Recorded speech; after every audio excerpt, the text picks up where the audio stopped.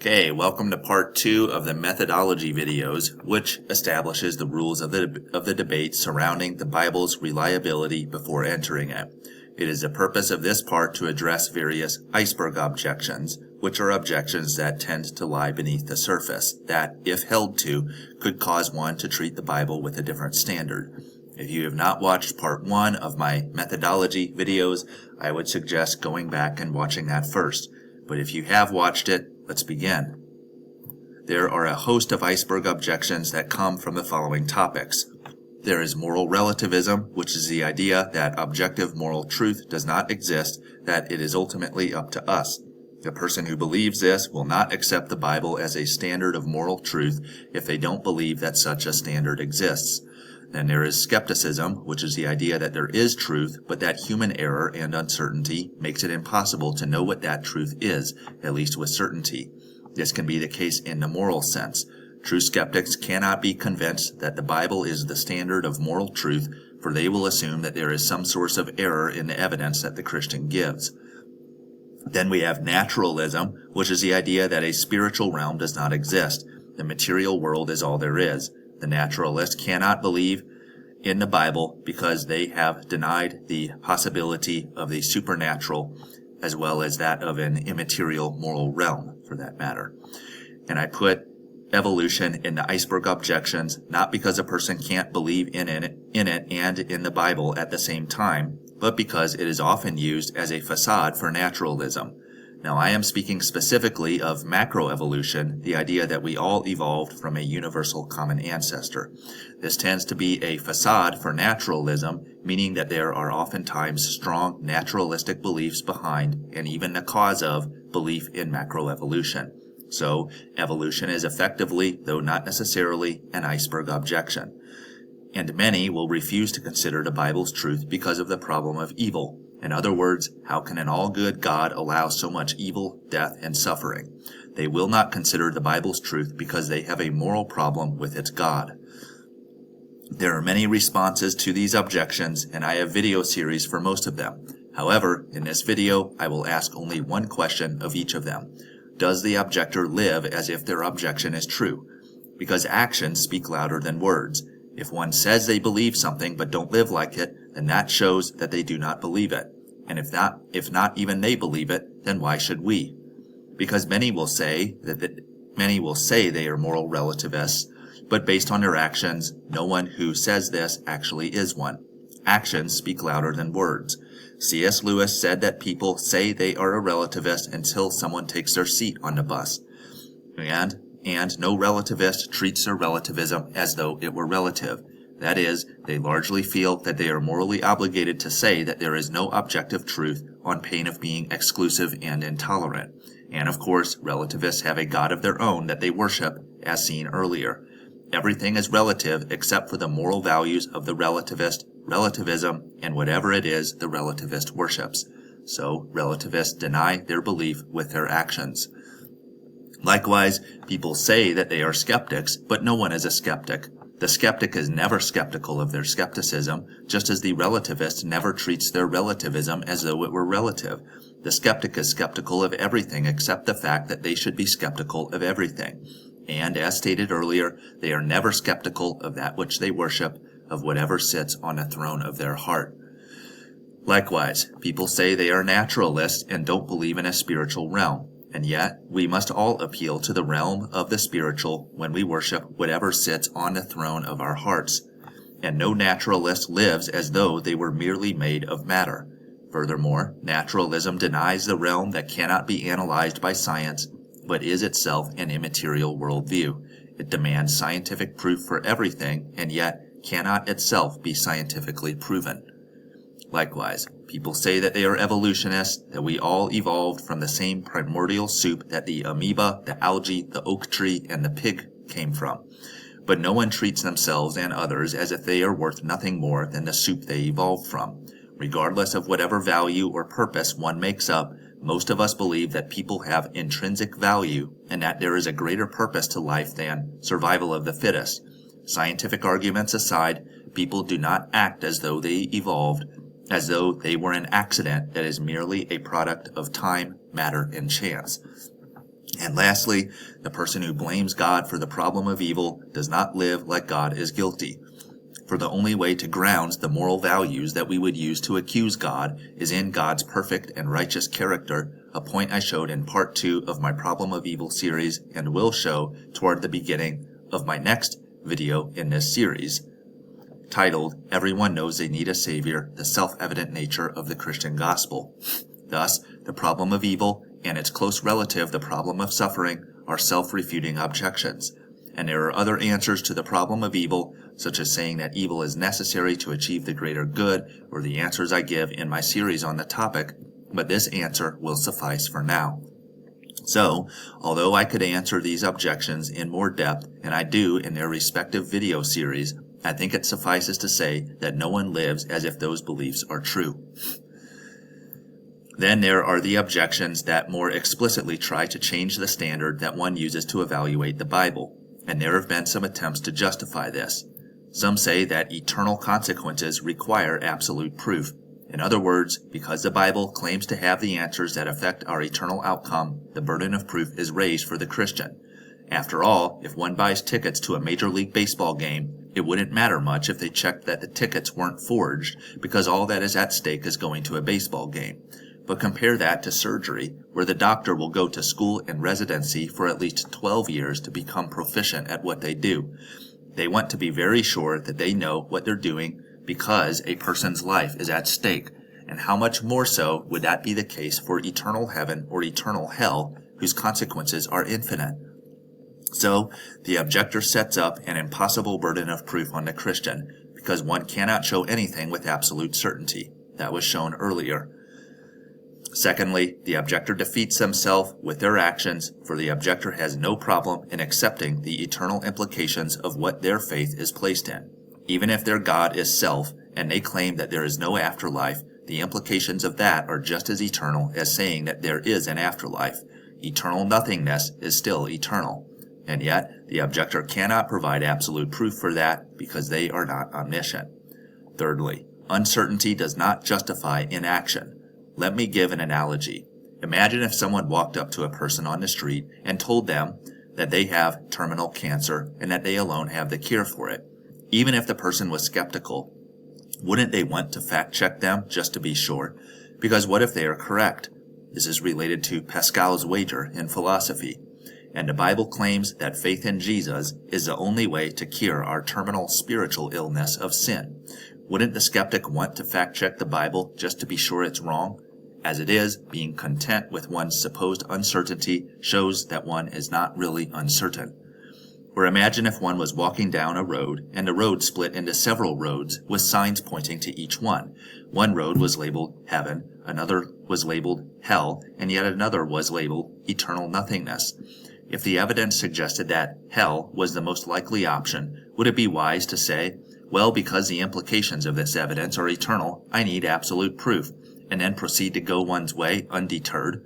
Of course not, for we should follow the evidence wherever it leads, regardless of its implications. This is especially the case if the implications are eternal. The next objection shifts the standard by saying something like, I just need to poke one hole in the Christian's argument for me to win the debate. In their view, the Christian's argument is like a water balloon, and they have a needle, and all they need to do is poke one tiny little hole, and the Christian's argument will explode. I addressed this in the offensive section of the video. But this attempts to raise the burden of proof for the Christian and decrease it for the objector. That is, to demand a bulletproof argument from the Christian is to demand absolute proof. This shifts the burden of proof to the Christian when in fact all are faithful, all are religious, all worship something, which means that the burden must be distributed equally. Neutral ground does not exist.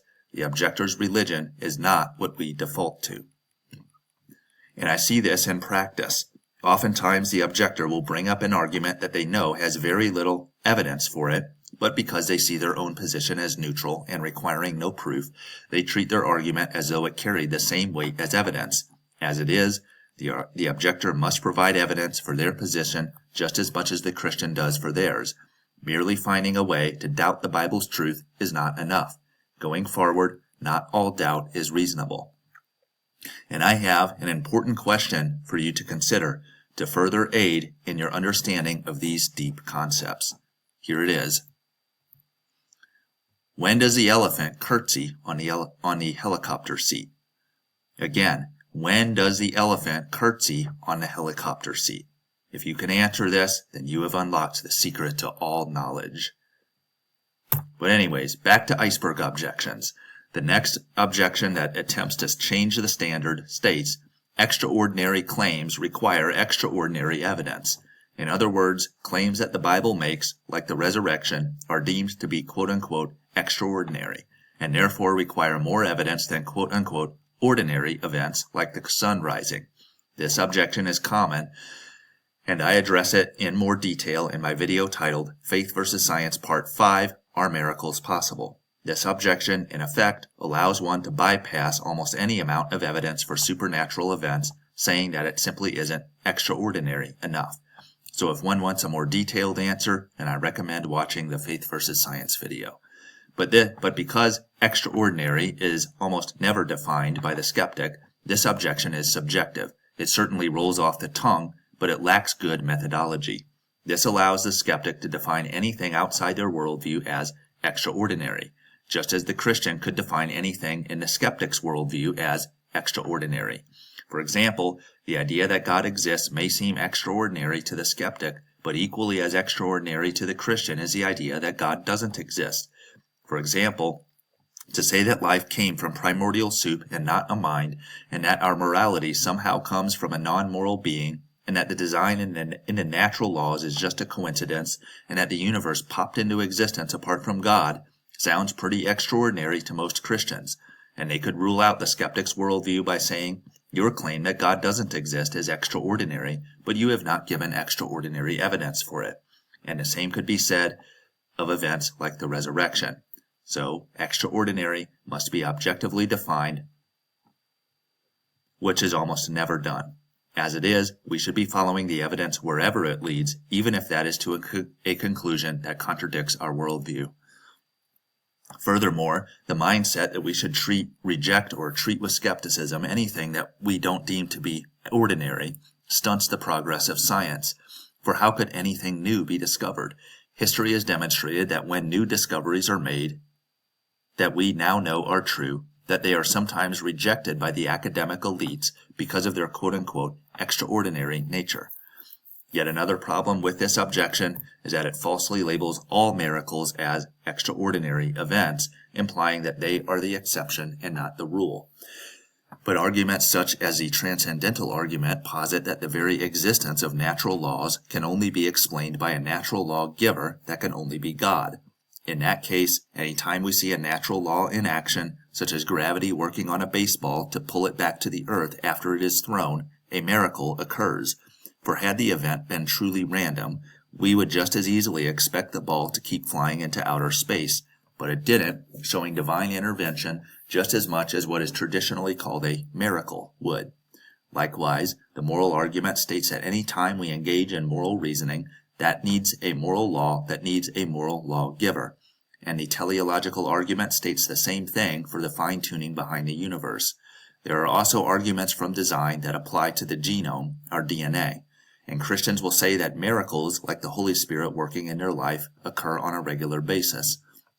To the Christian, the existence and workings of God are oftentimes an apparent reality, something they both feel and participate in on a regular basis. All this is to say that miracles, if they do occur, are quite ordinary, not extraordinary like the skeptic says. Now they are extraordinary in the sense that they are unlikely to occur by random chance, but they are not extraordinary in the sense that they do not occur often, which is how the skeptic means it. In fact, they are quite regular occurrences. Therefore, to label all miracles as extraordinary is to rule out the possibility of claims like the ones I just mentioned, which of course is circular reasoning.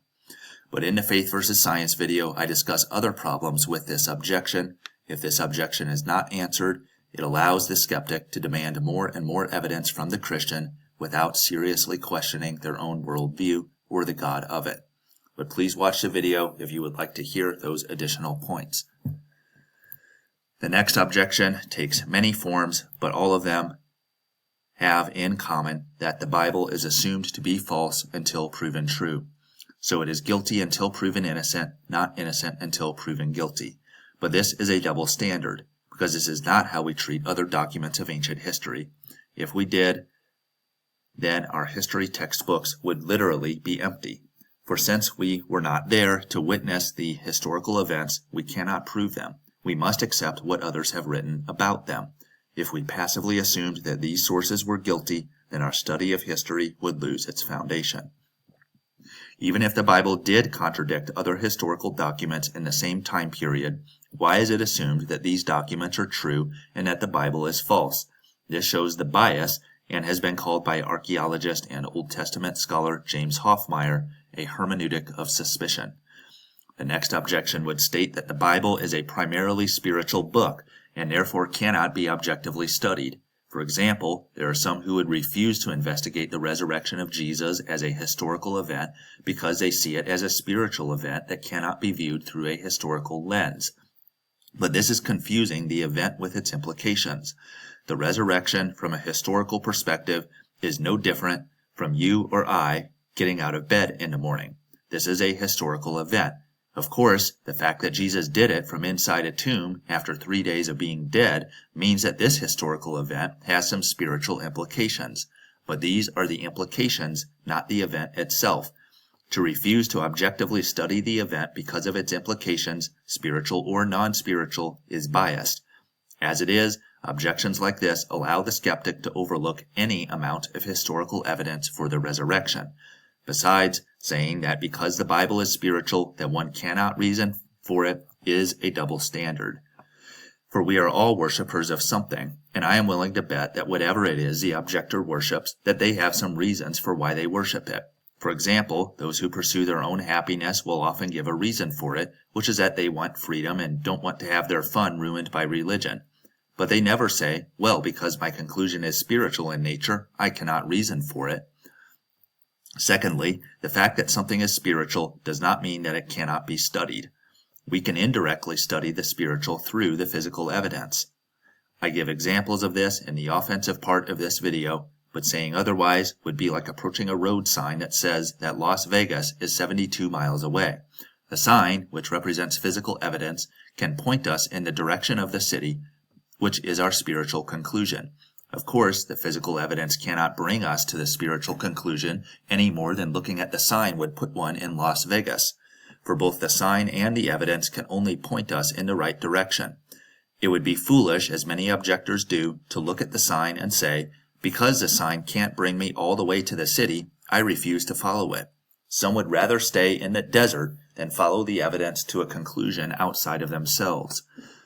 Thirdly, this objection presupposes naturalism, which is the idea that there is no spiritual realm.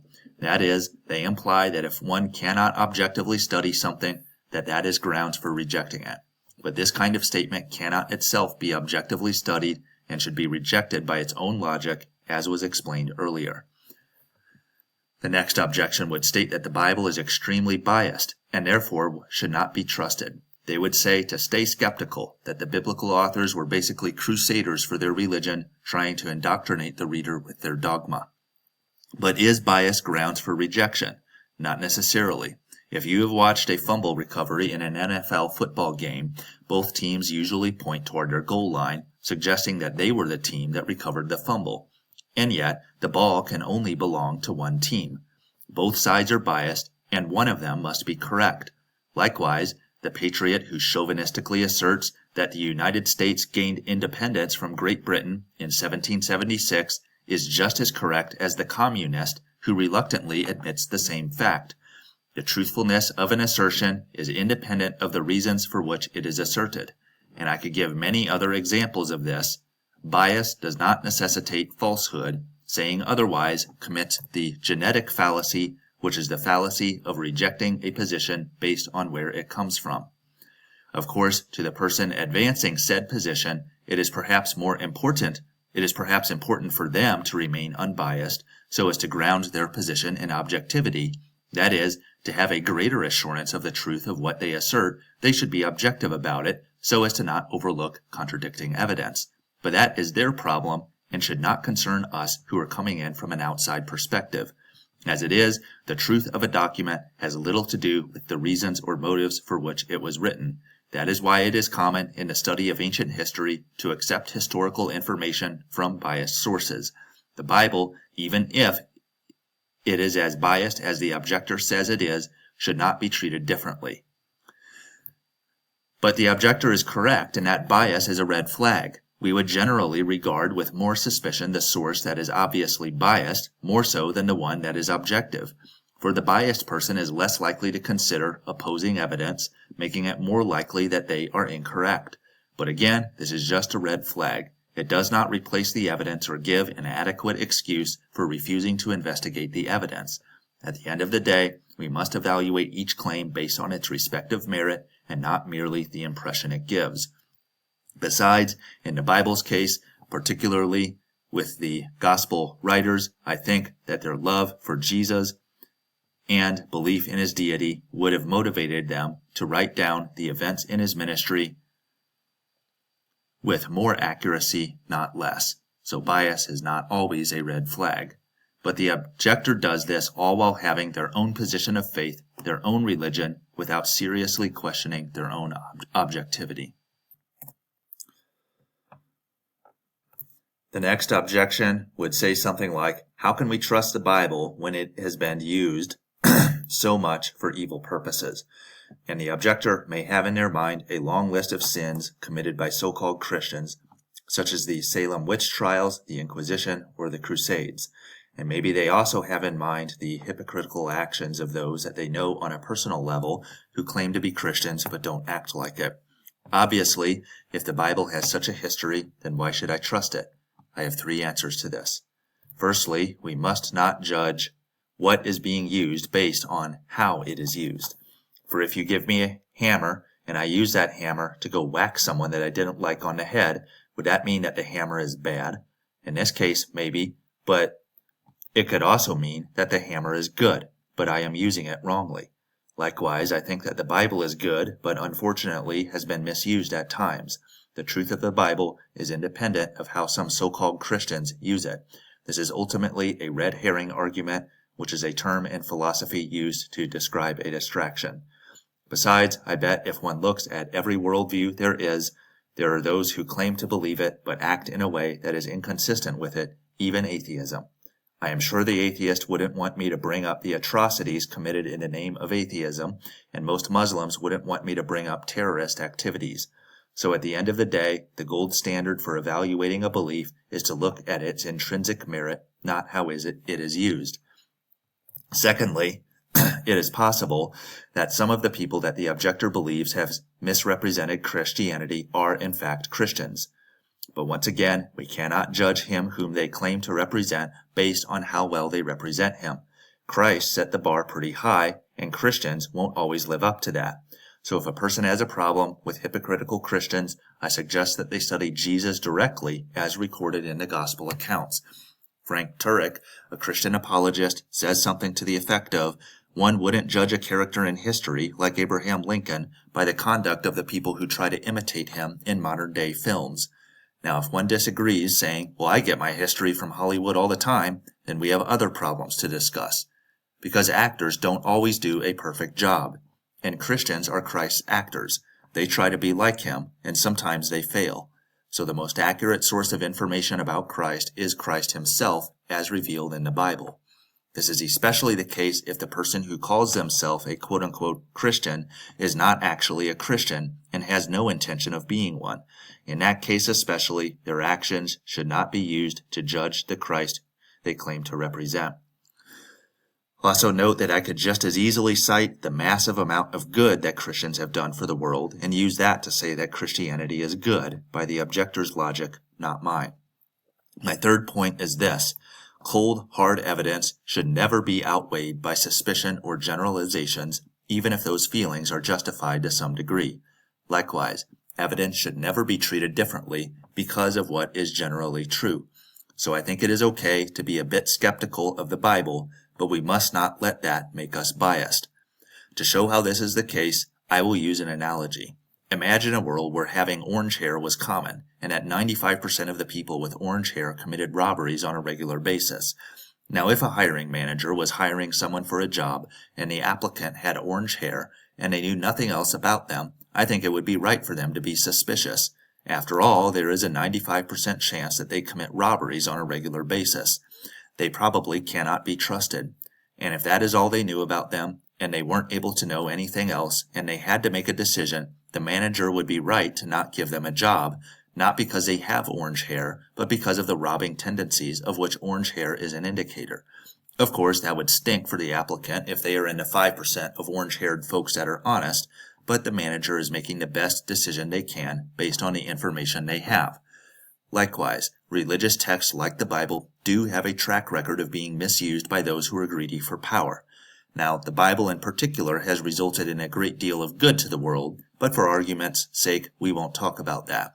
Let's assume that it has been used for evil 95% of the time, just as 95% of orange-haired people commit robberies. Even if that were true, that would only validate one's feelings of suspicion toward the Bible, provided they know nothing else about it. It would not justify treating the evidence for its truth differently, such that one's suspicion will always be maintained. It would also not justify refusing to look at the evidence and remaining willfully ignorant of it. For let's say that this hiring manager went beyond generalizations and interviewed this orange-haired person, and they found that their track record suggested that they were honest and could be trusted. Furthermore, they talked to their brown-haired friends, and they said the same thing. They spoke with their prior employers, and they said that this orange-haired person is in fact a responsible, hard-working employee. At that point, if the manager still made a judgment based on what is generally true of orange-haired people, that would be unfair, for they have maintained their suspicion in spite of the evidence to the contrary. Likewise, to maintain suspicion of documents like the Bible, even when there is evidence to the contrary, is biased, or to allow one's suspicion to flavor the way they treat the evidence, such that they will never say there is sufficient evidence for the Bible, is also biased. For this would be like the hiring manager continuing to assume that the orange-haired person is dishonest, even after the interview process. So, even if the suspicion is justified to some extent, that must not flavor the way we treat the evidence. We must not cling to skepticism like it is a virtue. But let's move on.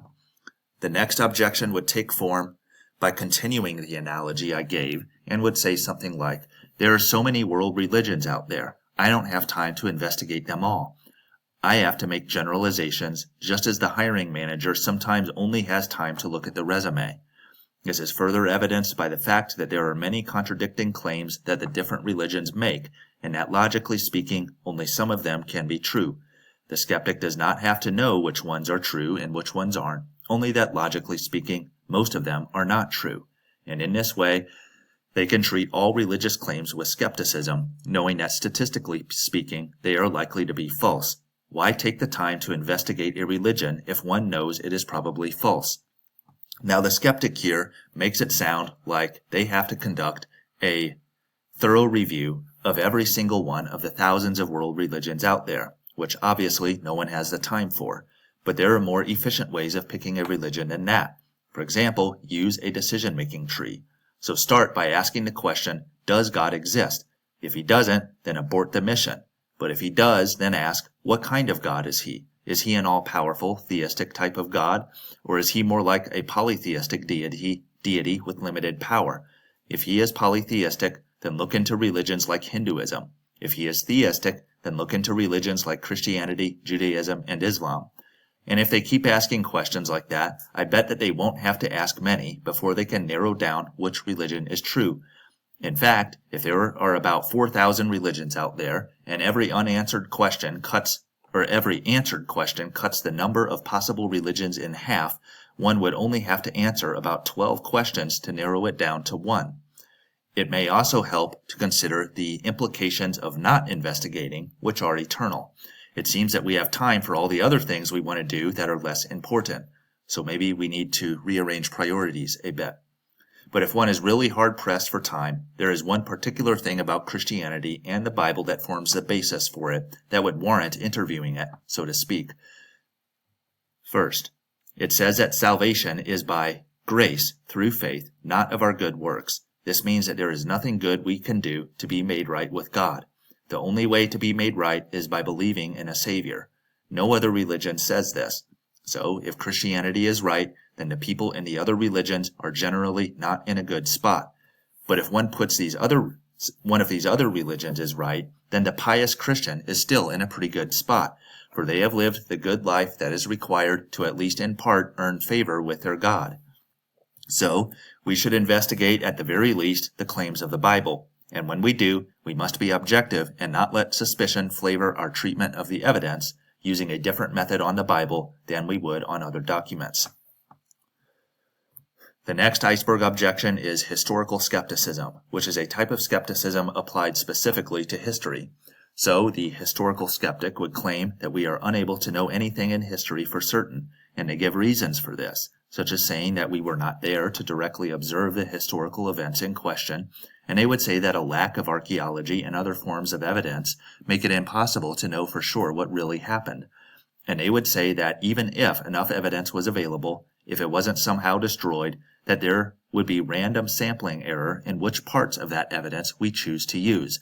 For example, many artifacts and manuscripts could exist that help paint a picture of a given event, but realistically, we could only look at a few of them, which introduces error in which ones we choose. Then there is non-random sampling error, which means that we are biased. This bias could show by choosing to investigate certain artifacts and manuscripts and choosing to ignore others, or one could include all the evidence, but still choose to tell the narrative with their own slant. As was the case with answering the general objections, always ask the question, does the objector live as if their objection is true? Because if they consistently live in a way that contradicts what they say, then that is a sign that they do not believe what they are saying. And if not even the objector believes what they are saying, as seen by their actions, then why should the Christian believe it? So, do historical skeptics live as though historical truth cannot be known? Do they trust themselves to accurately recall events that have happened in their own lives? If not, then they very likely trust the testimony of their friends and of those who are close to them. What about modern history, like reports of the Holocaust or World War II? Do they trust that? And what about ancient history when it comes to documents that are not the Bible? Do they trust those? If so, then they are not willing to live the rest of their lives as skeptics. They are only skeptical of the Bible. To be fair, one might say, well, I am not a complete historical skeptic. I am just skeptical of ancient history, and this is because we live in closer proximity to the events that happen in modern times than we do to ancient events. So there is less relaying of information. On the same note, we have direct access to eyewitnesses of more modern events, so we can investigate the events for ourselves. And we have cameras. I bet if there is a big, major historical event in modern times, that someone is bound to whip out their phone and film it. And this is way better than any form of manuscript or archaeological evidence, says the objector. And again, it is important to ask if the objector lives this way. Are they skeptical of all ancient history, or are they singling out the Bible? And very often, it will be the latter. But if this is not the case, then it may be relevant to bring up the methods that are used to construct a historical narrative of ancient history. For example, oftentimes accounts from competing points of view are compared, and if they agree, then it is taken as highly likely that the said events happened. For example, if the enemies of Christianity stated that Jesus performed what seemed to be miracles, then it is very likely that he did, because his enemies would have every reason not to say that. Another tactic is comparing manuscript evidence. So what did the manuscript say, and what does comparing manuscripts to each other reveal?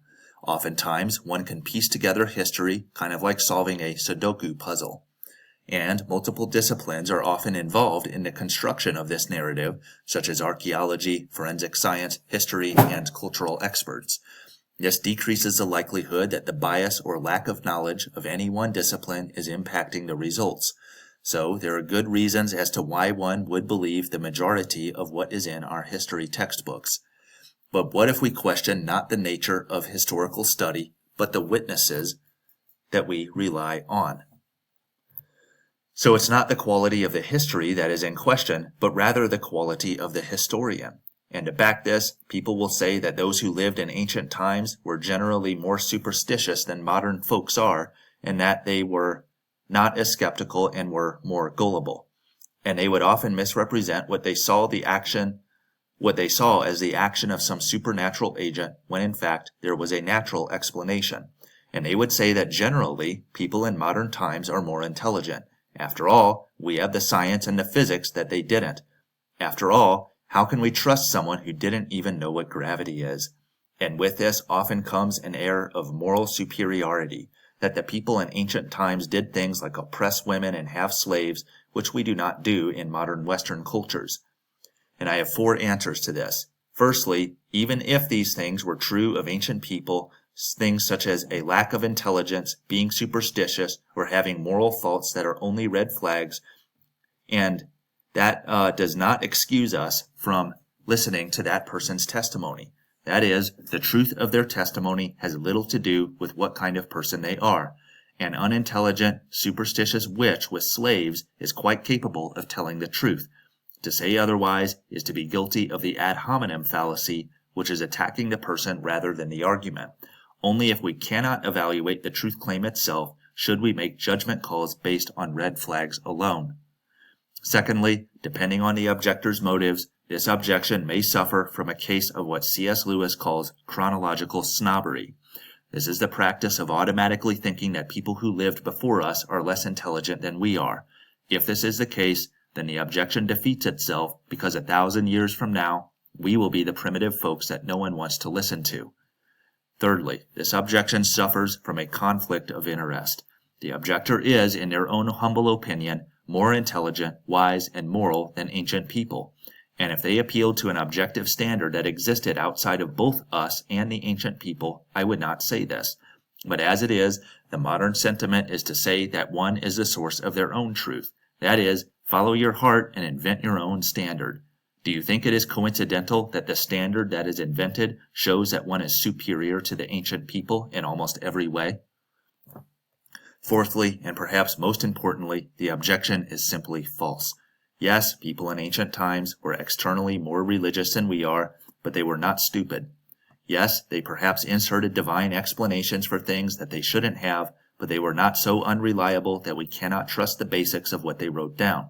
And yes, they had moral faults, just like we all do. Others might object not to ancient history or even their historians, but only to the miracles.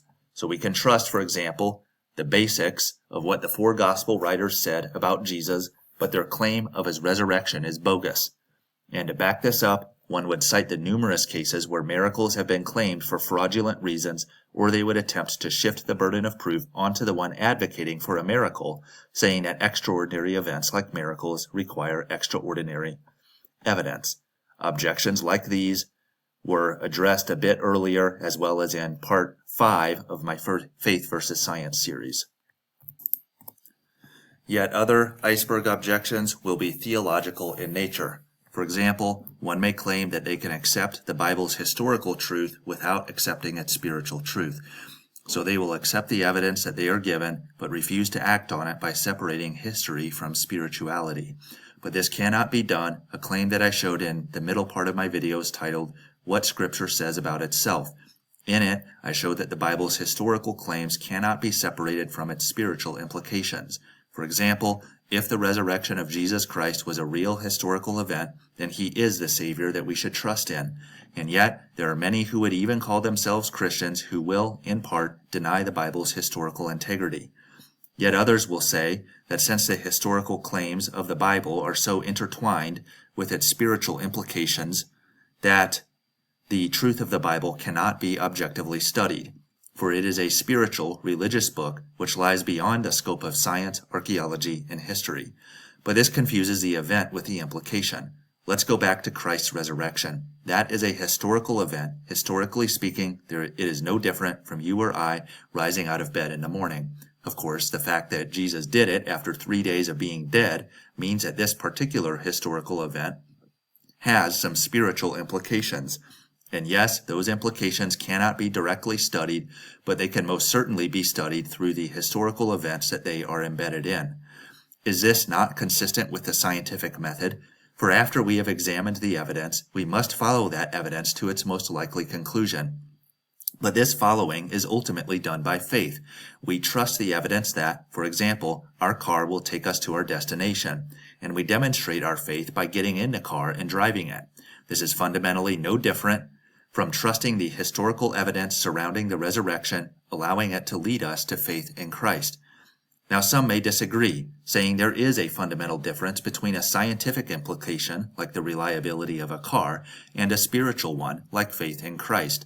Now, there are some differences, but they are not different in the sense that we shouldn't follow the evidence to them. This objection is saying that evidence can be followed to scientific implications, but not to spiritual ones. It is refusing to follow evidence for events like the resurrection because of the nature of its implications. But this is biased because it shows partiality and because the objector has no problem in accepting, in their mind, the spiritual implications of whatever it is that they worship. Claims like this are addressed in more detail in my Faith versus Science series. The next objection is called the cosmic trickster argument, and it would say that one can never prove that God is an all-good being. All one could show is that he is a good being, but not all good. And they would say that if we cannot know that God is all good, then we cannot trust him. For all we know, he might be a cosmic trickster, tricking us into thinking he is good when he isn't. My first thought is that if one suspects God of tricking us into thinking he is good when he is not, then why should I trust the objector's objection? Because if we are that gullible to be tricked by God, then wouldn't that undermine our credibility? So this is self-defeating. Besides, wouldn't a God who truly desires to trick us make it impossible to question his authority like the objector does? But part of this objection is true. I cannot prove with logic the attributes of an infinite being like God. I can only demonstrate them as best I can. But this is no excuse to not believe in him. For if I were at the edge of an ocean and I had nothing but a bucket to draw up water with, would that be an excuse to not believe that the entire ocean is made of water? Would I say, because of the size of my bucket, I can only show that the ocean is watery, but not that it is all water? If not, then the same is true of rejecting God, because our puny brains cannot fully comprehend him. For how else would one expect an infinitely good God to reveal his goodness, if not through the evidence?